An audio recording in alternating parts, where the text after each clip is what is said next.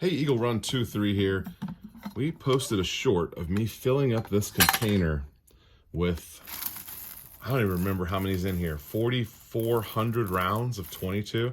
Now this is the Remington Golden Bullet, not the greatest 22 ammo. I fully understand that. Knew that when I bought it. But when we bought this ammo, it came in the little white tubs, and Walmart had them not marked up crazy like when you go to the other stores where they're $120 or $130 a bucket. We were able to get these for the old prices of like $79 a bucket. So that's why I had 4 of them. And yes, I think one more bucket would probably fit in here, but I don't have another bucket. A lot of people asked, why are you taking ammo out of a perfectly good sealed container and putting it into a large, bulky, hard to carry container? I have a great reason for that, guy. I'm not the type of person who takes like shampoo out of a perfectly good shampoo bottle and puts it into another type of bottle just so that it's easier to, I don't do that sort of thing. And I didn't do that here. There's a very good reason why it's better for me in my system in this giant, heavy, hard to carry can. And that is storage. I am limited on storage. And those buckets, you can't, the lids are so flimsy, you can't stack them. So the stacking of the buckets, if you put one on top of the other one, that top one just wiggles. And if you go 3 buckets high, that thing will fall over. Also, round things don't stack as well together as square things. For example, you can put 2 boxes right next to each other and there's no wasted space. But when you put 2 round things together, there is a lot of wasted space. And given the shelf constraints that I'm working with, this is just a better solution for me. Now, this is very heavy. It's incredibly heavy. I don't have a way to weigh it out here, but it's heavy.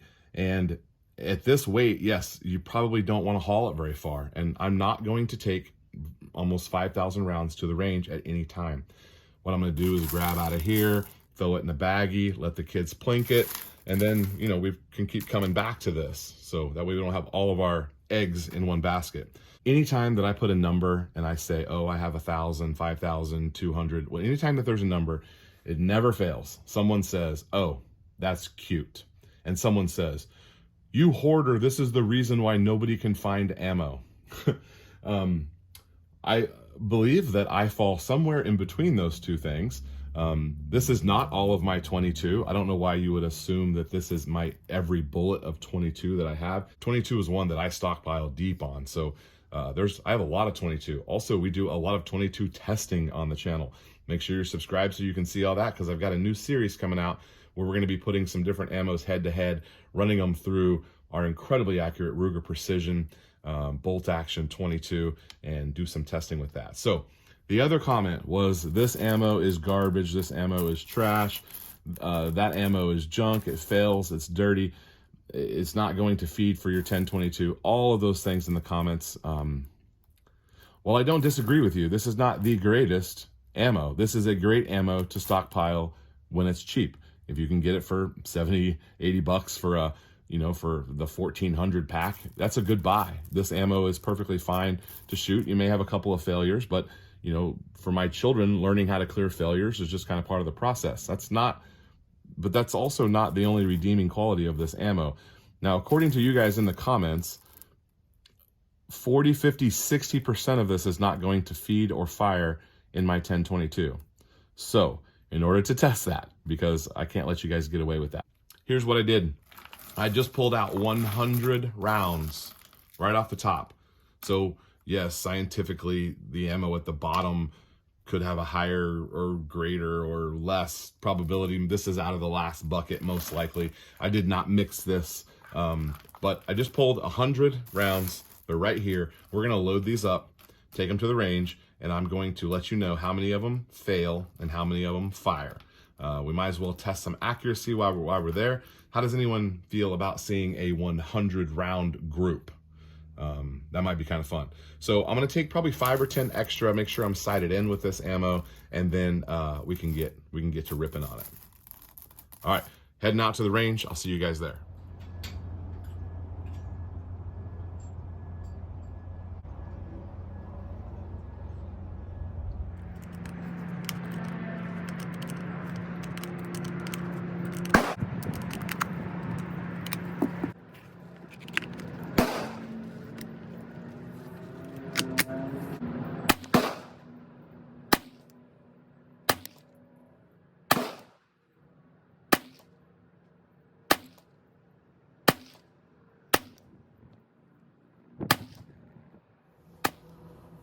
Okay, made it back from the range. Feast your eyes on a 100 round group. This is that Remington Golden Bullet. I loaded up 100 rounds for you and shot a 100 round group. Not really an impressive group, but for the cheapest ammo that is available for the 22 and price I paid for it, a Ruger 1022 that's bone stock from 1980 something with a very nice vintage Leupold optic on it. Every time I use that thing, I love it. We got dialed in, and this is our group. Now, I'm be honest, I did not take my time on every single one of these. Rushed a little bit down here, and I also realized that my scope mount has come loose. I've had a little bit of trouble with that. It's happened before. We're gonna have to take some more drastic measures, but here are the results. 100 shot group. I would say the concentration is probably a little bit low and to the left here, but we had a good group over here. And anyway, I've never seen a 100 shot group before. I don't know if you have, but this is what it looks like. Now, for the information that you have been waiting for, here it is. We had 3 failures, and all of those were of the exact same nature. We did not have a full ejection and a new round loaded in, so it kind of created a double feed. Now, I only showed you a little bit of the footage sped up. After we're done here and I close out, the rest of the footage will be unedited. Well, it'll be sped up because otherwise it would take a while, but all of the footage will be there, and you can see my malfunctions and how I cleared them and what they were. Happened 3 times, and all 3 of those I reloaded into the next round of shooting, and they went off without a problem. So 0 fail to fire, and 3 failure to eject / feeding issues. Now, that ammo is incredibly dirty. This gun is filthy. We're gonna have to clean it up. We're also gonna talk about that scope mount. So if you love old 1022s, make sure you're subscribed, and you can see that coming up here probably next week. I'm very satisfied with this. I hope that you are too. I hope that we have cleared up the issue that ammo is junk. It's dirty for sure, but it's not junk. It did group, and it's certainly plinkable. And I think, you know, if you find some at a good deal, I was at Cabela's the other day, and they had them $129 bucks, which is almost double what I paid for them a year ago. So thankfully I found those at Walmart, and I grabbed all 4 of them. So that's the story. Thanks for watching, guys. Eagle Run 23. We'll see you next time.